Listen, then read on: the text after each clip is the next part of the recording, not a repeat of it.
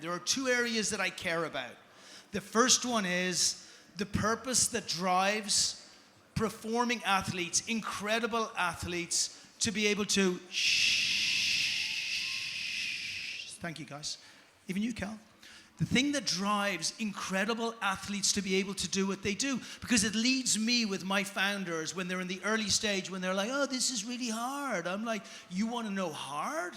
Hard is what the greatest athletes in the world do every single day before they get to breakfast. So I want you to feel and taste a little bit of that for the first 5 minutes. I want you to know what drives them to become what they became.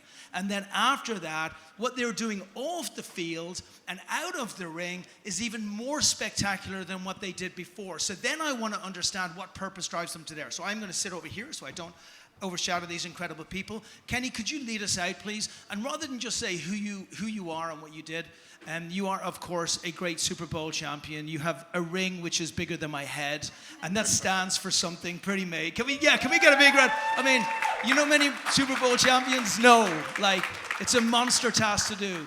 How did you, I don't even know how to ask you, like, where did it begin? Take us through a little bit of the journey that took you to the very highest place in sport. Thank you, man. I really appreciate it. Thank you for having me.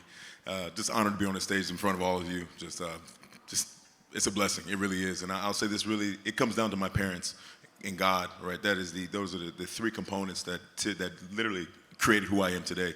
My parents came to this country with nothing but their clothes on their backs and knew for me to have and my siblings to have the life we're having now, we had to be born on American soil. So my mom, dad worked every job they could to get my mom on a plane, couldn't afford to get my dad a visa. He said, you take our son, you go. So literally my mom took off, landed in Columbus, Ohio in April. I was born in May, the very next month. So that was part of the dream already fulfilled, to be born on American soil.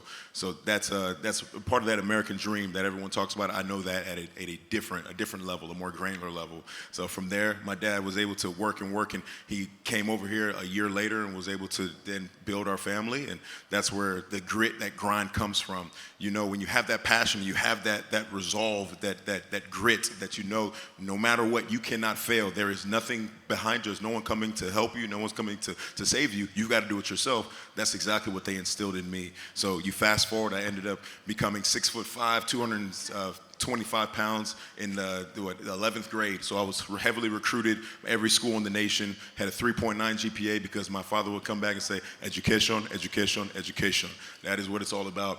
So from there, ended up choosing to go to Duke University, and it was because I got a scholarship letter in the mail, and I remember I come back home and I said, hey Dad, I scored my first touchdown today. And then my dad said, that's great, but how was your math test? I was like, okay, right? So I knew where this was going. It was not until I got that very first letter that said, hey, you're going to Duke University is giving you a scholarship. And he said, a scholarship? Okay. When is your next game? I'm coming. And he became my biggest fan. So ended up getting there, and then ended up going to Duke University, studied biological anthropology and anatomy, and on to track to being a cardiovascular surgeon. But then after that, I got that call from the Broncos to go and play in Denver. I answered that call, and 2 years later, we won the Super Bowl. I want to stop it there, because I don't want to get to there yet. Come on. There's got to be a crescendo when we get there, right? So I want to know, so you were born from sacrifice, and you carried that sacrifice through, and it was impossible for you to do anything less. Incredible. And I want to get to the place in a moment, which is, how did you reach the absolute pinnacle of sport and become the greatest athlete in your space? But Nadia, I want to go to you first, right? You went into MMA, 34 wins, 0 loss. Seriously, 34. Oh, clap for that, yeah, clap for that. By the way, you're wondering why these seats are separated a little bit. It's because I know if I ask a bad question, this is not going to go well. And so take us through your story a little bit as well. My story, it's not any different than Kenny's. It all comes from the parents. And there is a saying in Arabic, it says, الأم مدرسة إذا أعددتها أعددت شعبا طيب الأعراق. That means if you prepare mothers well, they will be the best thing that you can do for the community. And I take after my mom, which she was a very strong individual. I grew up at 4 years old, going with her to the karate school, seeing her like kicking all these men, whipping them, and I'm like, wow, my mom is another Bruce Lee. And then I fell in love with Bruce Lee, and it started from there. I became the youngest female martial artist in the world, recognized by the International Japanese Association at age of 15. And thank you very much. And I start competing in senior division, plus 18 years old, and I'm only 15 years old, and I've been undefeated. From karate, I went till pretty much like a 4th black belt, and then I saw people fighting in a cage, and I'm like, wow, I can do that. And I went into MMA, and UFC was not there. Well, it was, but it didn't recognize female that allowed to compete. That's a men's sport. So I started fighting with different elites and pro elites, actually, in different competitions. I did 34-0, and then I did stunt double to survive so I can afford to pay for my school and my training and competitions, because karate is just like a non-profit, so you have to pay for everything you do, not like professional fighting. And eventually, after a lot of stunt doubles, I found myself disabled for 2 years in a wheelchair. I went from 134 pounds to 265, and a year and a half in crutches. But then I was like, well, I cannot kick, since I have great kicks now, I cannot use them. And one time I found myself at the Floyd Mayweather gym, which senior was for years wanting me to do boxing, but I'm like, no, thank you, but thank you, because I like to kick, I don't like boxing. And when I found myself disabled, I said, I have to keep moving, I cannot keep this stomach, I cannot keep this, I don't feel myself. It's okay if you're happy with yourself, but I did not feel I was myself. So I went to boxing, and then senior Floyd Mayweather saw me, and he goes, wow, the Karate Kid, what happened to you?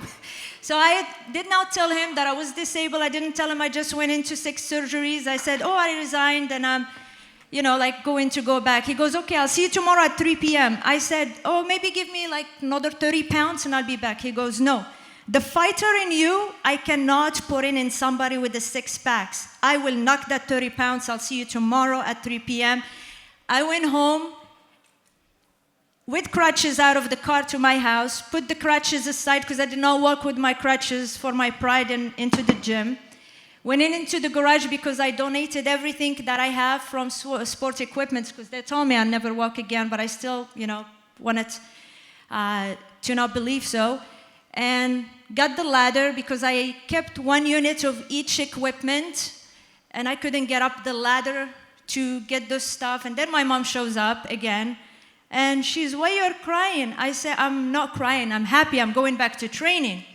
And then we went into 30 days of training. We dropped 45 pounds. I did my pro debut with a first round knockout. A lot of people, they're like, wow, you're stronger. No, I just had no cardio. I needed to get out. And Nadia, only because we haven't been given a huge amount of time for this, I could do an hour on this talk. I want to make sure we get to the pillow fighting, and I also want to make sure we get the Ultimate Championships. If I'm going to fast forward a lesson here, everything that I said before, and it seems like I'm hating everything that you hear here, every one of us have an option to participate every single day, and most people choose not to really participate. This is what true participation looks like. So I want to give a big round of applause, but then I want to bring on to what we're actually doing next. I'm going to start with you, Kenny. Can we just give them a big round of applause, please? Just these people, it's unbelievable the story we're hearing, and I wish you could hear it slower. Kenny, when we first met, I said to him, Kenny, why are you building this incredible thing which is going to safeguard athletes in the future? And he said, well, my finger's not supposed to go like this. And my other finger is not supposed to go like this. And I want to make sure athletes never have to go through this again. 1 minute, Kenny, tell me all about it. And then I'm going to steal an extra minute, Cal, so that, okay, cool. Kenny, hit us. Thank you, I appreciate it. So yes, that was fantastic, and thanks again for that introduction. So essentially, in a nutshell, what I am working on is Skeloware. And Skeloware, we create exoskeletal solutions for high-risk industries. Essentially, we're creating AI-powered wearables to keep people safe, not just in athletics. Now it's also for military, construction, industrial, workforce, even DIYers. But athletics is my background, and I care so deeply about the people that I played with and that are coming after me. We're getting bigger, we're getting faster, we're getting stronger, but the equipment on the market is not keeping pace. Who better than myself to be in the driver's seat of that innovation, creating products to keep us safe all around the world. So we're starting with new types of gloves. Like you said, fingers not supposed to go this way. Yeah, it hurts, it does, but I'm gonna fix that, right, with my products that we're bringing out to date. We got 2 fully issued utility patents, we have 20 purchase orders, and we're getting ready to be able to service the world here in Q3 2026. Unbelievable. And so he's got direct access back into the same place that he became a Super Bowl champion with. And I would ask anybody who knows anybody in athletics, I don't care if it's an investor, if it's a helper, if it's somebody who can give him connections, speak to this man afterwards. Everything he's done and everything he's doing for sport right now, he deserves it. Now, when we talk to Nadia, we're not talking to Nadia, we're talking to Dr. Nadia the Lion McNusie. Right? So this lady has it all. And now we're going to be looking at Dwayne "The Rock" Johnson that you've got in the Ultimate Pillow Championships. We've got Jason Momoa that you've got in here as well. Tell us a little bit about what you're building and how people can help you. So being a karate sensei, I never found any sports that more cleaner than PFC, Pillow Fighting Championship. And it's an entertainment. It's bringing the top of the athletes around the world. It could be a CEO versus an Olympian. It's very safe, it's very entertaining, it sells a lot of tickets, it's fun, it's even for like CEOs after a very busy day, they want to just let the steam out and go and not worrying about getting violently injured or hurt. And yet we have 2 divisions. We have the amateurs, which we have a lot of teams right now around the world to actually create national teams and present their countries. But as well, we have the elite pro fighting that you can, like do so many things with. You can own a gym. You can put your company's name on the pillow, on the ring. And we have 6 big mega events between so far. We have Bahrain, UAE, Morocco, Saudi Arabia, where we're negotiating with now UK, India, and Singapore. These mega events, they bring the best of the best. It's like a small Olympics that you're seeing, and in fact, it actually was one of the sports that was suggested for the Olympics. Amazing. Okay, wonderful. So I'll finish it here. First of all, you're listening to the greatest that we have. This is one of the greatest communities that we have. We all believe in Pay It Forward here. When they leave the stage, don't just give them a round of applause. Find ways that you can help them, support them, and take them to the same level outside sport than they were in sport. A big round of applause, please. Thank you, Kenny. Thank you, Nadia. Let's build greatness.